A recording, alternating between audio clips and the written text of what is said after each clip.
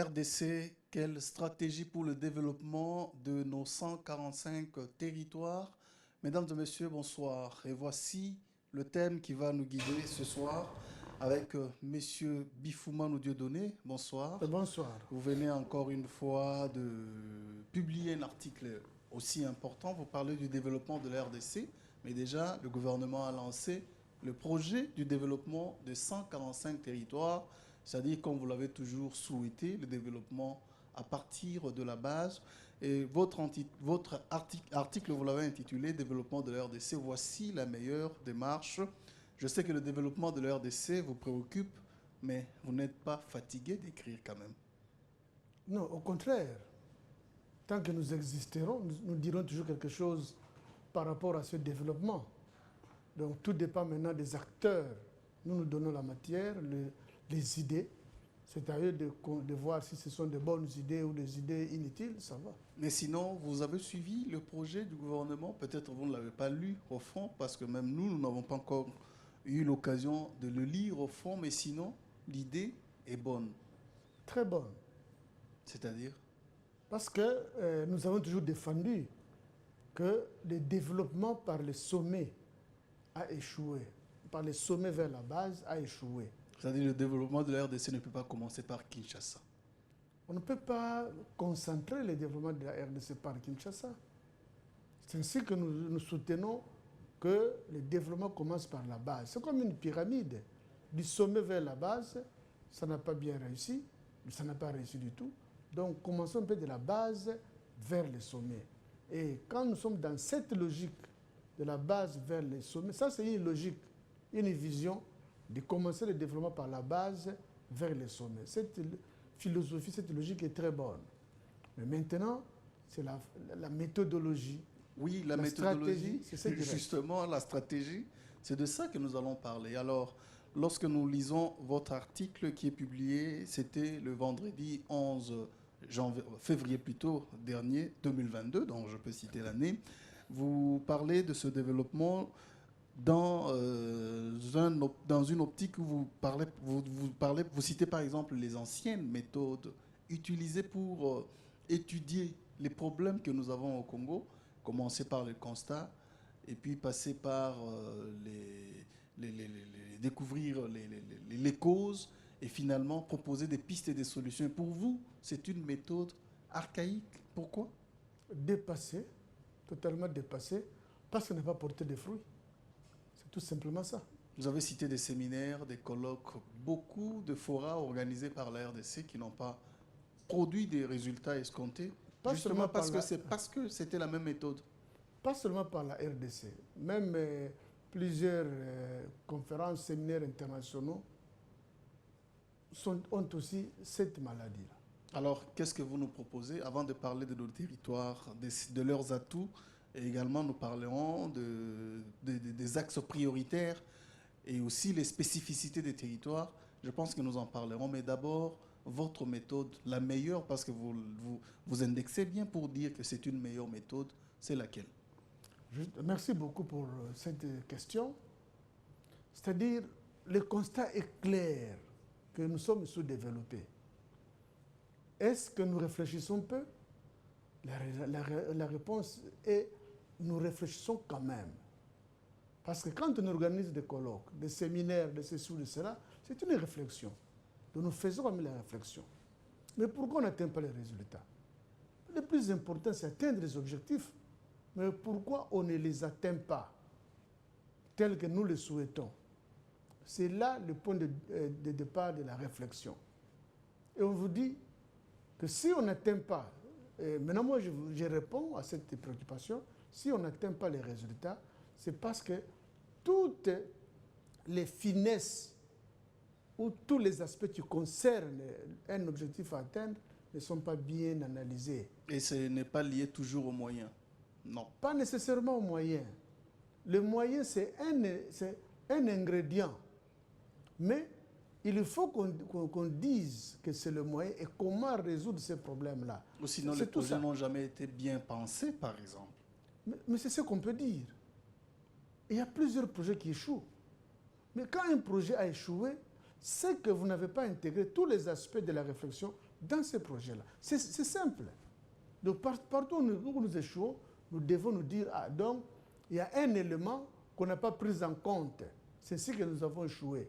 Même le comportement des individus, même les degrés de maturité des personnes ou des institutions, des structures. L'environnement même de l'exécution du projet. Tout ça doit entrer en ligne de compte. Alors, votre réflexion, vous disiez... Mais raison pour laquelle, c'est-à-dire la démarche actuelle, qui est simple, vous allez... quels sont les constats, c'est-à-dire quel est l'état des lieux de l'environnement dans lequel vous voulez évoluer. Mais facile, ça on le dit facilement. Parce que c'est ce que vous vivez. Vous dites, nous vivons dans tel environnement, nous avons tel problème, ou dans telle structure, nous avons tel problème. Voilà l'état d'avancement de notre structure ou de notre environnement. Parce que c'est un constat, tout simplement, on vous demande de faire, un état des lieux. Vous vivez dans cet état des lieux, donc vous êtes capable de dire exactement ce qui vous préoccupe. Maintenant, quand vous donnez l'état des lieux, dans plusieurs séminaires, c'est ce que personnellement, je ne suis pas favorable à cette démarche. Dès que vous faites l'état des lieux, la question suivante, on vous dit quelles sont les causes, parce que vous regrettez ceci. Vous dites que les points faibles, là, vous avez cité les points faibles. Oui, mais c'est parce que vous aviez dit aussi ici que tout compte, l'environnement, les mentalités. Mais justement, c'est-à-dire, quand vous avez cité tout ça, voilà notre état des lieux. Voilà nos points forts, nos points faibles. Mais ça, c'est vous qui faites cette analyse-là. C'est vous qui présentez cet état des lieux. Maintenant, dans la démarche que je qualifie de dépassée, la question qui suit, quand on a présenté l'état des lieux, c'est tout à fait normal et c'est très bien de présenter l'état des lieux. Mais la première question qui suit la présentation de l'état des lieux, c'est de savoir quelles sont les causes qui font que nous puissions vivre dans cet état des lieux. Ça, c'est la première question de cette vieille démarche. Or, sur le plan intellectuel, on se dit que c'est normal. Quand oui, mais c'est aussi africain. Vous savez, chez nous, il n'y a rien qui vient, rien ne se passe sans une réelle cause. Mais justement, c'est-à-dire, on peut dire, ah, voilà les causes. Si nous vivons dans cette misère, dans ce sous-développement, les causes, c'est ça. Les causes, on dénombre les causes. Et vous êtes dans un séminaire où on pose la problématique. Maintenant, on dit, bon, l'état des lieux étant celui-là, quelles sont les causes? On commence à citer des causes. Telle, qu'est-ce que vous pensez? Ah non, moi, j'ai telle cause. On note. Telle, vous pensez qu'on peut dénombrer une dizaine de causes. C'est tout à fait normal. Et puis, la question... Non, vous dites c'est normal ou bien vous fustigez la démarche? Non. Parce qu'ici, on aimerait bien comprendre. Est-ce qu'il faudra-t-il renoncer à rechercher les causes de tout ce qui peut nous arriver et surtout dans le domaine spécifique qui est celui du développement? Vous comprendrez pourquoi je ne suis pas d'accord avec cette méthode. On vous demande d'abord les causes, vous donnez les causes. Sur le plan de la rationalité, c'est-à-dire ça passe. Ça passe. Mais je dis que c'est une illusion. C'est une illusion. Ça passe, vous donnez les causes, vous recensez ce que vous considérez comme les causes. Et puis après, quand vous avez retenu combien de causes? 10 ou une dizaine ou moins de 10. OK. Maintenant, la question suivante, la deuxième question, quelles sont les pistes de solution? Parce que vous dites que la cause est celle-ci. Mais quelles sont les pistes de solution pour résoudre ce problème? C'est ça la vieille démarche. Et maintenant, on commence à réfléchir, oui, pour résoudre ce problème, voilà comment il faut procéder. Et voilà ce que je propose comme piste de solution. Vous avez 10 problèmes, vous avez 10 pistes de solution. Donc chaque problème a ses pistes de solution. On peut avoir 2 ou 3 pistes. Et quand on a terminé, maintenant, qu'est-ce qu'on doit faire? On fait des recommandations. Si c'est un séminaire international, nous recommandons aux États de faire ça et ça. Quand c'est national, nous demandons à la structure de faire ça. Si c'est la partie gouvernement, nous demandons au gouvernement de faire ceci. S'il faut changer un texte, nous recommandons qu'on change tel texte. Et on a pour ceux qui ont participé à ce séminaire, ils estiment qu'on a résolu les problèmes. Mais vous savez que c'est une méthode Pardon? C'est une méthode qui est aussi naturelle, même quand nous sommes malades. On voit la fièvre, c'est bon, bien, mais il faut aller plus loin, savoir les vraies causes, parce qu'on parle de la fièvre comme un simple symptôme, et après la solution, c'est bien l'ordonnance que vous avez, votre prescription médicale. Justement, maintenant cette méthode-là, en quoi je la trouve dépassée et lacunaire? C'est que, avec cette démarche, vous ne saurez pas identifier toutes les causes, ou même la majorité des causes. On peut, sur 100 causes, vous n'allez pas, sur les 100% des causes, vous ne saurez pas recenser plus de 90% des causes. C'est-à-dire que vous allez Parce que vous allez privilégier, dans cette réflexion, vous allez privilégier les causes saillantes, celles que vous considérez comme étant des causes majeures, tout ça. Même si vous épinglez aussi les petites causes, mais les déficits sera là parce que vous n'allez pas y accorder beaucoup plus d'importance que les autres. Et vous ne saurez pas avoir, du point de vue exhaustivité, il n'y aura pas, en tout cas, exhaustivité, parce que c'est intellectuellement que vous réfléchissez, vous dites, voilà la cause. Et puis vous continuez à recenser ce qui apparaît comme cause par rapport à ceux qui sont dans ces forums-là ou dans ces séminaires. Donc, tout se limite à ceux-là. Et après, on propose des pistes de solutions qui peuvent être bonnes ou mauvaises, mais ce sont des pistes de solutions toujours. Il y a des pistes de solutions parfois mauvaises, très mauvaises même. Un cas concret, et je ne sais pas en quelle année, en 1999, je crois, ou 98-99, on voulait augmenter les recettes de l'État. Il y avait une réunion au ministère des Finances, on dit, quelles sont les stratégies les pistes de solutions?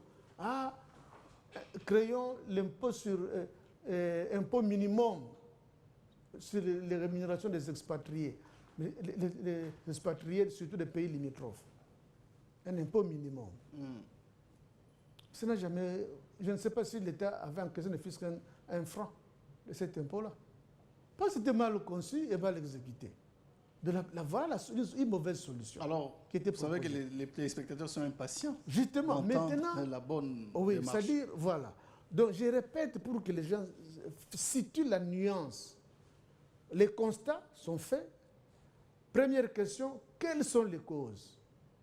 Vous dénombrez un certain nombre de causes. Et deuxième question, quelles sont les pistes de solutions? Vous dénombrez des pistes de solutions en fonction de ces causes-là. Et puis, vous faites vos recommandations. C'est ce qu'on a toujours utilisé comme méthode, comme démarche.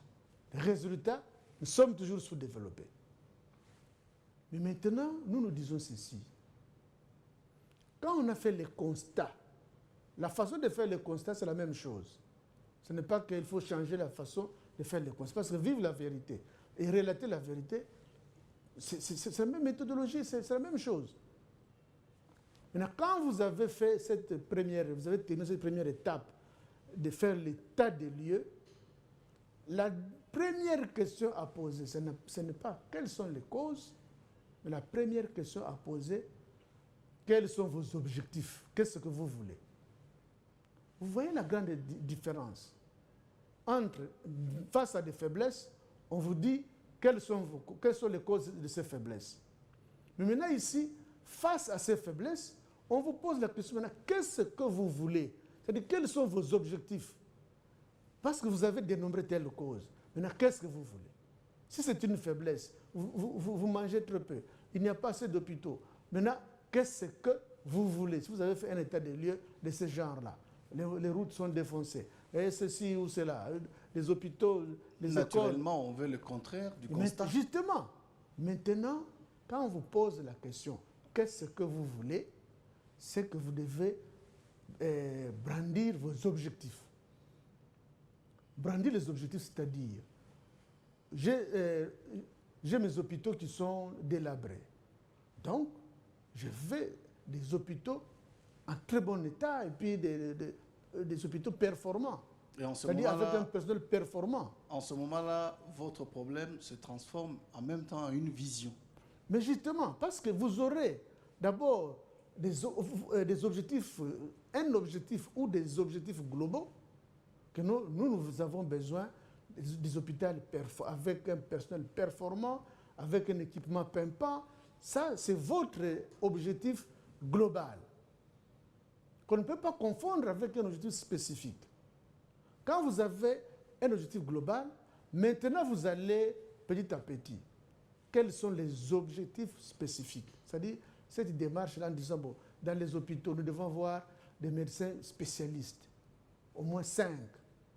Est-ce que nous avons 5 médecins spécialistes? Oh non. Donc, nous allons avoir, ça devient un objectif spécifique, spécialisé des médecins. Ça devient un objectif spécifique. Nous avons besoin de scanners ou des appareils dernier cri. Est-ce que nous les avons? Non. Ça devient notre objectif spécifique. Et depuis que vous avez commencé, vous n'avez pas cité des moyens parce que tout non, les moyens semblent être la clé dans la réalisation de beaucoup de projets. Justement, quand on se précipite d'abord à citer les moyens, on déforme la stratégie ou la démarche. Spécifiez d'abord vos moyens, vos objectifs. Que nous avons besoin de médecins bien formés. Nous avons besoin d'un personnel qualifié. Nous avons besoin des appareils pimpants neufs ou des appareils de dernier cri. Nous avons besoin de beaux bâtiments bien présentés. Ça, ce sont des objectifs spécifiques. Maintenant, quand vous avez dit, par exemple, nous avons besoin de médecins spécialistes, prenons cet objectif-là, pour que vous compreniez la suite. La question, parce que vous avez défini les objectifs, première question, qu'est-ce que vous voulez? Quels sont vos objectifs? Vous les définissez. Vous définissez vos objectifs. Mais la question suivante, vous voulez avoir des médecins spécialistes. Qu'est-ce qui peut vous empêcher? Qu'est-ce qui vous empêche ou qu'est-ce qui peut vous empêcher d'avoir des médecins spécialistes? Je ne sais pas si vous comprenez la nuance. Qu'est-ce qui peut vous empêcher d'avoir des médecins spécialistes? Parce que vous voulez des médecins. Mais qu'est-ce qui vous empêche ou qui peut vous empêcher d'avoir ces médecins-là? Et là, vous êtes dans les risques déjà. Mais justement. Donc maintenant, vous commencerez à dire, oui, je veux avoir des médecins, mais il y a ce qui peut m'empêcher d'avoir ces médecins-là, c'est d'abord, est-ce que nos médecins ont le niveau requis? Si oui, ok. Donc vous identifiez maintenant les différents événements qui peuvent vous empêcher d'avoir ces risques, qui peuvent vous empêcher d'avoir des médecins. Donc, si mes médecins n'ont pas de prérequis, donc je n'aurai pas de spécialiste. Donc c'est un risque. Est-ce que vos médecins ont la formation requise de minimum? Parce qu'on peut avoir, on présente un médecin alors qu'il est en 3e graduat. On le présente pour un médecin. Donc il n'a pas les niveaux prérequis. Il n'a pas les prérequis. Mais c'est un généraliste où on dit que non, il faut avoir une expérience de 10 ans. Mais vous n'avez que des médecins qui ont une expérience de 2 ans. Donc le prérequis n'est pas là. 2. Maintenant, ils doivent être spécialisés où? Ah non, ils doivent aller à l'étranger. Ils doivent aller à l'étranger. Dans quel pays exactement? Ah, il faut qu'ils aillent dans un institut spécialisé qui forme ces gens-là. Qui est où? Qui est à tel endroit? Et s'il ne va pas là-bas, est-ce qu'ils ne pourront pas être spécialisés? C'est à vous maintenant d'apprécier. Maintenant, pour les envoyer là-bas, qu'est-ce qu'il faut? Ils n'iront pas à pied. Ils ne vont pas manger des cailloux là-bas. Donc il faut des moyens pour que l'institution qui doit les accueillir puisse bien les former et eux aussi qui doivent être formés soient formés dans de bonnes conditions, vivent dans de bonnes conditions. Et vous voulez dire que la vision vient avant les moyens? Mais bien sûr, l'argent c'est un élément. Et quand la vision est claire, les moyens pour la réaliser... Maintenant vous serez plus clair. Maintenant on vous dit pour envoyer un médecin ou des 5 médecins, il faut combien? Maintenant vous faites la sommation. Donc sur le plan, en ce qui concerne l'argent, il faut des prérequis. 2, il faut un institut spécialisé et qui se trouve où? Qui se trouve à tel endroit. On exige combien? On a besoin de temps, de $1000 pour former tout ce monde-là. Maintenant, on se pose la question, qu'est-ce qu'il nous faut? Est-ce que nous pouvons avoir ces $1000? Qu'est-ce qu'il nous faut pour que nous ayons ces $1000? Donc, voilà, quand vous avez... Est-ce que c'est un risque d'abord majeur? Le fait de ne pas avoir de prérequis. Et c'est un risque majeur. De fait, d'envoyer dans telle institution, ou de ne pas envoyer dans telle institution, et c'est un risque majeur. Le fait de ne pas manquer l'argent, et c'est un risque majeur. Alors, vous allez évaluer. Parce que le fait on peut dire, bon, s'il est marié, c'est bon. Est-ce que le fait de ne pas être marié est un risque majeur? Cela va l'empêcher d'être spécialiste. Vous voyez que c'est un risque faible, on dira non. Il peut être marié ou pas, mais on a besoin de sa tête. Donc, ce n'est pas le couple, mais c'est le médecin. Donc, le fait de mariage, d'être marié ou pas, ce n'est pas un risque qui peut empêcher d'avoir un spécialiste. Mais le fait de ne pas avoir de prérequis, ou surtout de ne pas avoir les moyens ou l'institution qui va vous former, c'est aussi des risques majeurs.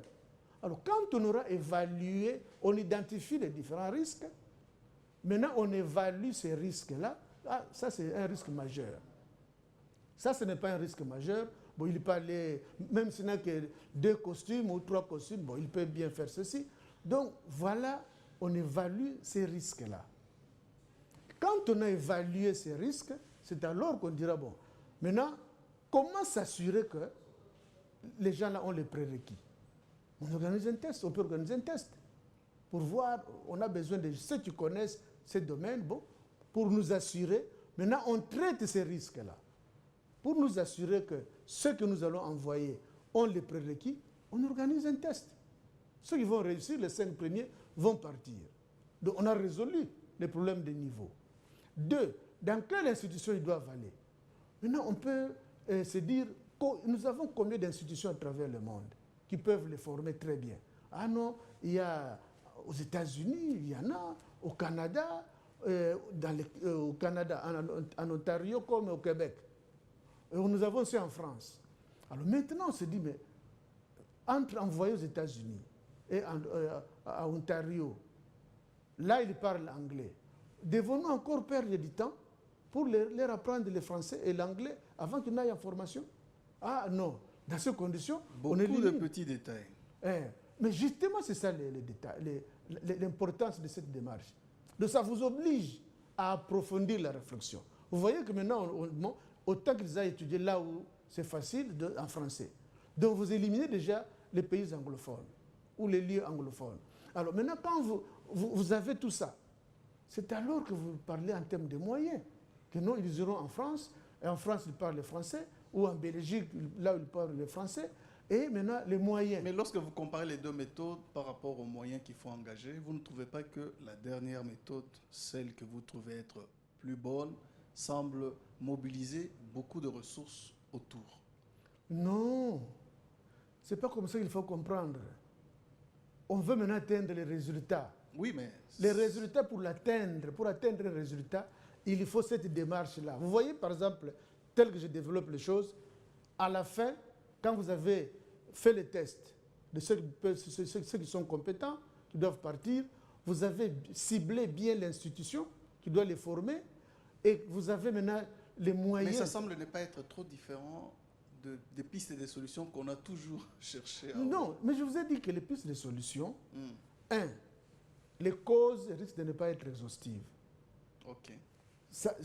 Les causes risquent de ne pas être exhaustives. C'est un élément important à retenir. Très important, mais c'est le point de départ.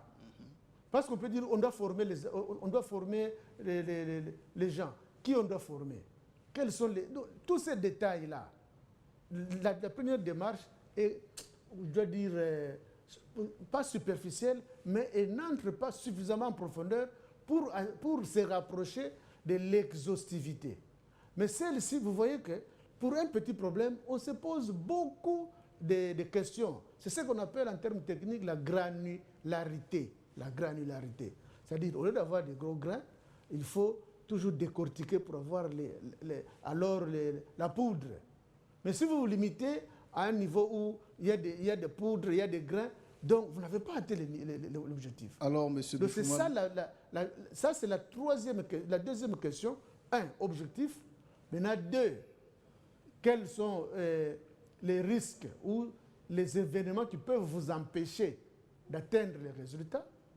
Et là, on entre, je dis bien, j'insiste, en profondeur des choses. Et puis, vous évaluez ces événements-là, s'ils sont graves ou moins graves, ça vous faites l'analyse, et puis maintenant, vous faites les traitements en disant, par exemple, en ce qui concerne le niveau, voilà ce qu'on doit faire. En ce qui concerne ceci, voilà ce qu'on doit faire. Et là, vous avez l'assurance que vous avez la maîtrise de ces domaines-là. Donc, rien ne va vous échapper et vous saurez, dès le départ, avant même de commencer, que vous saurez atteindre les résultats ou pas. C'est ça l'avantage. Vous serez même capable de dénicher les faiblesses si jamais il y avait des problèmes. Alors, comme l'indique notre sujet, quelle stratégie pour le développement de la RDC? Ici, on veut parler spécifiquement des 145 territoires pour lesquels le gouvernement s'est engagé à développer. D'abord, avant de parler des spécificités de nos territoires, est-ce que nos territoires ont quand même un atout commun? Non, l'atout commun que nos territoires ont, l'atout commun, c'est que tous les territoires sont riches. Il n'y a aucun territoire riche pauvre. En quoi, principalement? La richesse est diverse. Oui, mais principalement. On peut avoir à tel endroit une richesse de bois. Aujourd'hui, par exemple, vous n'allez pas dire que le territoire de Kimvula a une richesse en termes de bois plus que le territoire au niveau dans la province de l'Équateur. Donc, il y a là où vous êtes, c'est-à-dire il y a toujours des richesses. La terre, nous n'avons pas un pays où il y a un territoire désertique. Rien. Tous les territoires sont riches. Si on comprend bien, l'atout commun, c'est l'agriculture. De ce côté-là, au moins, c'est le point de départ de tout le monde. Et alors, s'il faut le développer? Maintenant, s'il faut le développer, je sais que l'homme doit toujours manger. Chaque jour, l'homme mange. Mais vous savez, dans l'arrière-pays, dans nos campagnes, la nourriture ne semble pas toujours manquer. Peut-être que les moyens pour la développer ou sinon l'étendre à d'autres agglomérations, c'est ce qui fait défaut. Mais au moins, nos campagnes ne devraient pas manquer de la nourriture. Mais justement, c'est-à-dire s'il y a des campagnes où il y a des enfants kwashorkorés, on ne doit pas condamner la nature. On doit condamner les parents qui n'auront pas fait leur devoir, tout simplement. Parce que même s'il n'y a pas de véhicules qui arrivent dans ce coin-là pour leur apporter la sardine ou le poisson chinchard, mais ils ont des légumes, des herbes ou des fruits qu'ils peuvent cueillir dans la nature pour s'en servir. Donc il n'y a pas cette grande raison, ou c'est la paresse, ou c'est l'ignorance tout simplement. Alors maintenant, le gouvernement se lance dans cette logique de développer les provinces, les territoires, c'est-à-dire partir de la base. C'est-à-dire doter chaque territoire d'un certain moyen, de certains fonds, d'un certain nombre. Bon, je ne sais pas, c'est une mesure en millions, je l'espère bien. Mais sinon, doter chaque territoire de moyens pour le développer. S'il faut commencer, et c'est l'agriculture, lorsque nous savons déjà qu'il y a des territoires, il y a des coins, des villages où la nourriture chôme, où les agriculteurs, parfois, ne savent pas quoi se servir de leurs marchandises. Est-ce que c'est important de commencer, d'investir toujours dans l'agriculture et alors partout? Non, justement, ce n'est pas cette démarche que moi je peux adopter en disant on doit doter les territoires des moyens. Par conséquent, commençons par tel domaine d'une façon uniforme. Non. C'est justement cette démarche pourquoi les populations sont pauvres. Donnez-leur des moyens. On donne des moyens et puis tellement on ne sera pas méticulé dans la réflexion, on risque de privilégier certains aspects, négliger d'autres. Les petits aspects négligés peuvent être justement la cause de l'échec du grand programme. C'est-à-dire qu'il fallait étudier... Justement, de l'étude de ces programmes-là, on a fait le constat... Et quel serait l'objectif de cette étude? C'est ressortir les spécificités de chaque territoire? Non. Partir de la question fondamentale que je viens de poser. Qu'est-ce que vous voulez? C'est comme aujourd'hui dans le projet, nous avons entendu qu'il faut relier tous nos territoires par route, par exemple. Ça, c'est une vision qui est claire. Mais là, c'est une vision nationale. Qui est claire. Ce n'est pas par rapport au territoire. Prenons cet exemple-là. Prenons cet exemple. Ça devient un objectif global. Relier tous les territoires par route. Par route. c'est un objectif global. Maintenant, s'il faut analyser les objectifs spécifiques. Non, mais je veux d'abord qu'on reste dans l'idée. Elle est bonne? Non, l'idée n'est pas mauvaise. On ne doit pas Et à quoi serviront ces routes? Seulement pour acheminer? Non, mais justement, c'est ça. Quand on entre en profondeur, on se dit l'idée globale, et ça sont les idées que les chefs donnent. Un chef de l'État donne ce genre d'idées. Je voudrais que tous les territoires soient reliés par route. Ça, c'est un objectif, c'est une vision, c'est un objectif global. Maintenant, détaillé. Nous avons, est-ce que, bon, maintenant, de manière, comment c'est ceci, tout ça? Non. Maintenant, c'est par où nous devons commencer. Par, premier objectif, recenser toutes ces routes-là. Et par où les ponts doivent passer. C'est ça le premier travail. Et là, ça devient un objectif spécifique pour dire que quels sont ces territoires d'abord. Mais nous avons plusieurs dizaines de routes nationales déjà. Mais c'est ça, il faut d'abord, avant même de penser au deuxième, premier objectif spécifique, recenser toutes ces routes-là. Parce que c'est un objectif, le recensement de toutes ces routes. Et quelles sont ces routes-là que vous allez relier? Parce qu'il n'y a pas seulement que les routes qui passent de province à province. Il y a aussi des routes interterritoires. Maintenant, vous avez besoin de quoi? Des routes entre les territoires ou bien des routes qui sont internes au territoire. Mais il faut recenser ces routes-là pour faire une bonne appréciation. Donc ça devient un objectif spécifique de recenser ces routes-là. Maintenant, quand vous allez recenser ces routes-là, comme objectif principal, vous envoyez des géographes, des topographes pour faire ce travail-là. Et quand ils ont terminé, ils viennent vous donner en disant, nous avons réalisé notre objectif, on a recensé toutes les routes et les besoins de chaque route, on a recensé tout ça. Voilà le premier travail. Ça, c'est un objectif spécifique qu'on ne doit pas confondre avec l'objectif global. Maintenant que vous avez fait tout ce travail, un autre objectif spécifique va suivre. Maintenant, par où commencer? Qu'est-ce que nous devons commencer? Par où nous devons commencer? Est-ce qu'il faut immédiatement, dans chaque territoire, on commence 10 km dans chaque territoire, ou bien on commence par tel territoire pour aller dans tel... Naturellement, on commencerait par des territoires viables. Tant mieux, mais ça va être le résultat d'une étude. Ok. Ce n'est pas en l'air comme ça. Donc l'étude doit démontrer que... Parce qu'il y a des territoires viables, des territoires non viables. Peu importe. Il y en a d'enclavés, très enclavés même, qu'on ne connaît même pas. Donc, tout ça, ça compte. Mais peu importe, c'est-à-dire c'est l'étude qui va déterminer ça. Ce n'est pas d'une façon intuitive. C'est l'étude qui va dire, bon, nous devons commencer par ici pour terminer par là. Et dans chaque territoire, voilà ce qu'on peut faire. Alors ça, c'était aussi un objectif spécifique. Par où commencer? C'est une question. Nous voulons préciser comme objectif par où nous devons commencer et puis faire un timing, un chronogramme que nous commencerons par ici, nous avancerons de ce côté-là, et ainsi de suite. Ça, c'est un objectif spécifique. Parce qu'on ne doit pas faire ça en l'air. C'est une étude qui doit faire ça.